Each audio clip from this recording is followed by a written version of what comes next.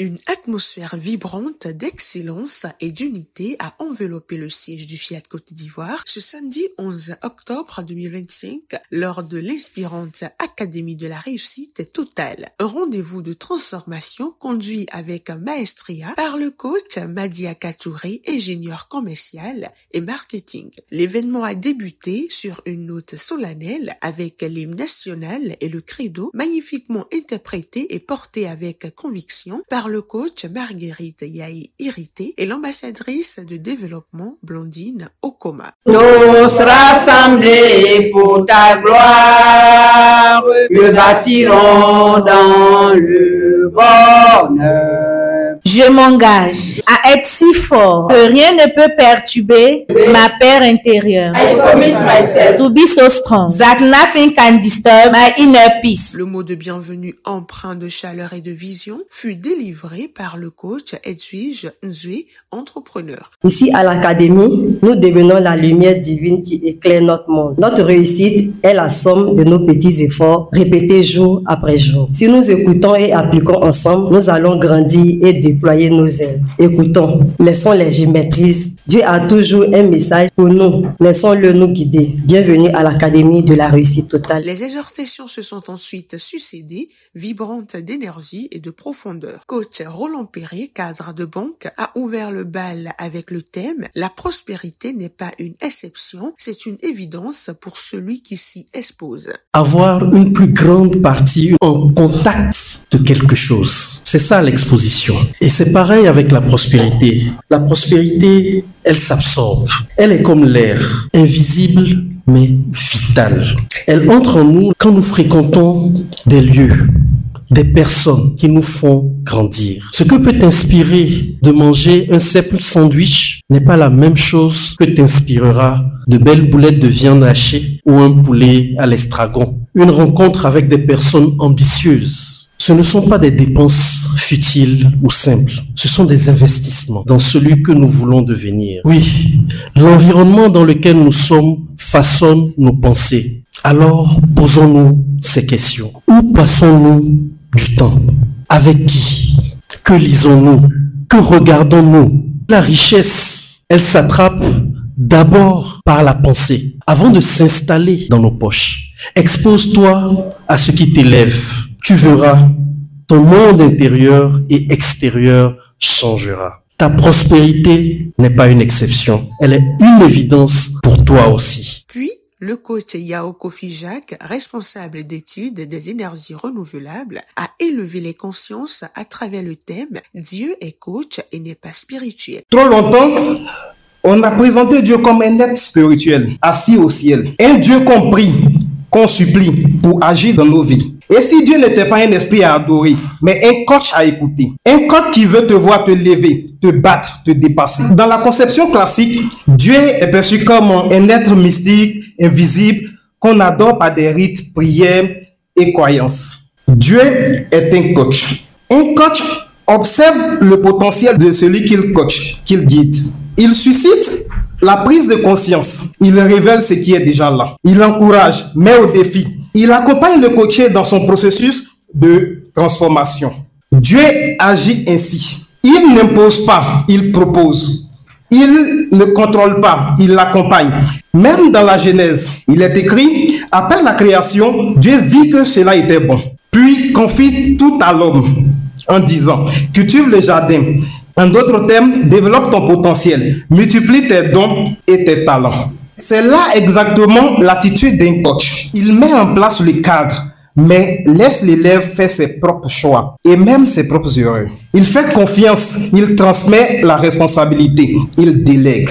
Dieu est coach. Le coach Yafolo Ouattara Soumaoro, inspecteur d'éducation spécialisée, quant à elle, a touché les cœurs avec une vérité lumineuse. Quand la conscience grandit, l'amour devient intelligence. Qui, parmi nous ici, a déjà été dans une école pour apprendre à réussir sa vie de couple?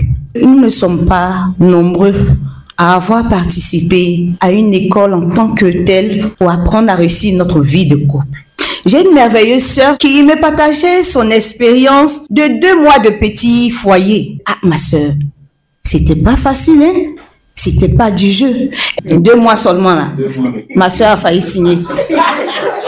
J'ai 20 ans de vie de couple. Mais je vous assure que je ne savais rien de comment réussir sa vie de couple. Et c'est là que le coaching va faire son entrée. C'est là que le coaching va bouleverser notre vie. À chaque fois que nous venons à l'académie de la réussite totale, on vient apprendre de nouveaux outils. N'est-ce pas ici même que nous avons appris que le couple heureux se nourrit de gratitude?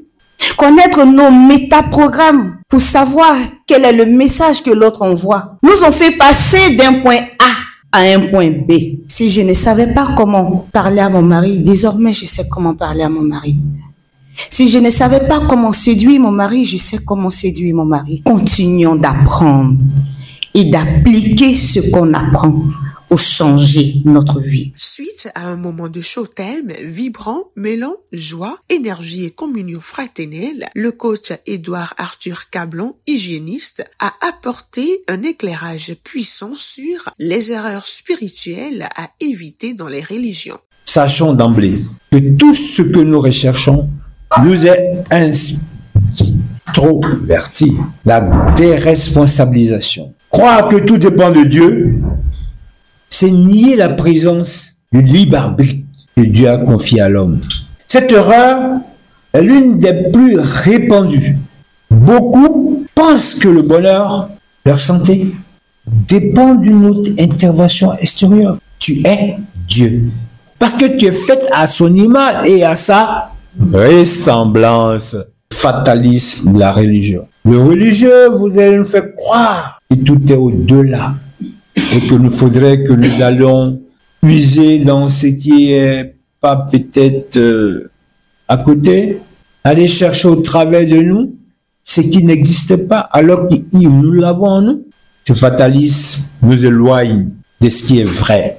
Nous avons le pouvoir de nous dépasser. Le coaching est un remède à la vérité. Le coaching enseigne que la véritable offrance, c'est l'effort conscient pour transformer nos vies. Trop d'hommes de la foi ont remplacé la connaissance par la croyance. Pourquoi faut-il croire si nous sommes nés pour réussir? La lumière est la clé de la liberté.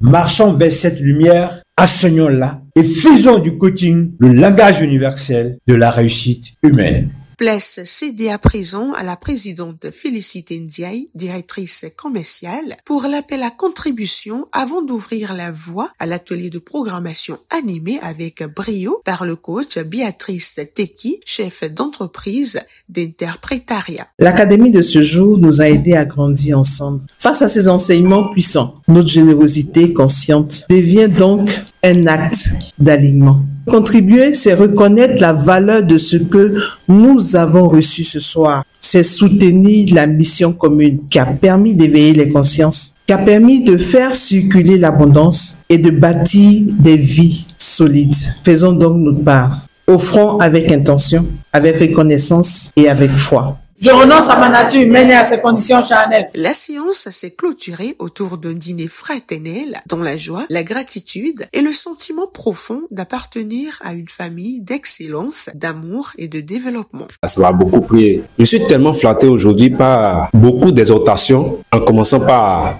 la première jusqu'à la dernière exhortation. Ce que j'ai appris aujourd'hui, j'invite mes frères, mes sœurs à venir au FIAD. Vraiment, Dieu est dedans. C'était formidable, l'énergie y était. C'était un rendez-vous divin parce que nous avons appris des paramètres qui pourront toi aussi t'aider. Alors, je t'invite particulièrement ce samedi 18 à vouloir expérimenter quelque chose